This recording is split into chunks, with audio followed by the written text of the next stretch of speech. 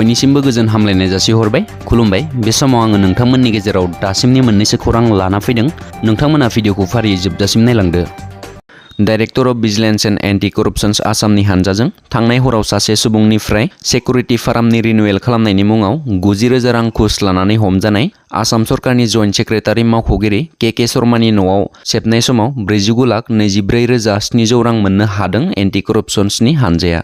थांनाय गोलाव सम बर' हारिनि थामोनथा रैखाथि हारि सिबिनाय समाज फोसाबनायजों लोगोसे गावखौ बावसोमनानै खामानि मावबोनाय मोनसे समनि दुलाराय बर' फरायसा आफादनि बारग' गाहाय आफादगिरि आरो पानेरि बिधान सभा बियाबजों लोगोसे माजबाद बियाबनिफ्राय खनथाम एमएलए जानो हानाय करेन्द्र बसुमतारिनि सारादुखौ फैगौ नभेम्बर दाननि 10 खालाराव मिरु एबसु नखरनि सुबुंफोर आरो बानजाय आफाद जथायै लोगो नांनानै रौता सहरनि साखाथियाव थानाय जेबि हागजेर मेम'रियेल फरायसालिनि गेलेग्रा फोथाराव खुंफुंगोन। बै सानखालि बयखौबो बाहागो लानानै रुंसारिनि मुसुखायाव बिबार बारनैसो बावनायजों लोगोसे नखरनि सुबुंफोरखौ मददथि होफैनो थाखाय खावलायहरदों दुलाराय बर' फरायसा आफादनि गाहाय आफादगिरि बिथां दिपेन बर'आ।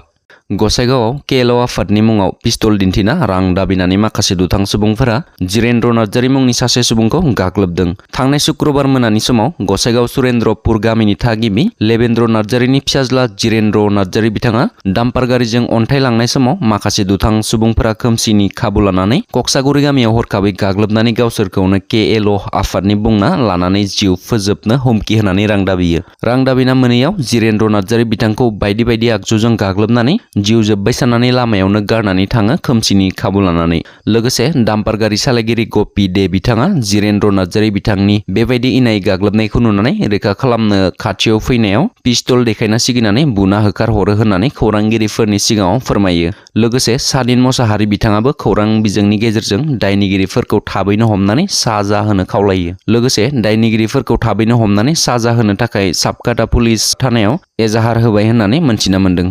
एबिएमसुनि लोगो गाहाय नेहाथारि मइन उद्दिनखौ क'क्राझार पुलिसा सोंनाय फिन्नाय खालामनो थाखाय हमदों। मिथिनो मोननाय बायदिब्ला थांनाय 16 अक्ट'बराव भुमकियाव मबाइल खावनाय जाथायनि उनाव सान्द आलि मुंनि सासे सुबुंजों 26 अक्ट'बराव थरख' बिथरख' जानायनि उनाव क'क्राझार पुलिस थानायाव पुलिसा मइन उद्दिनखौ शुक्रबाराव हमनानै लाबोयो।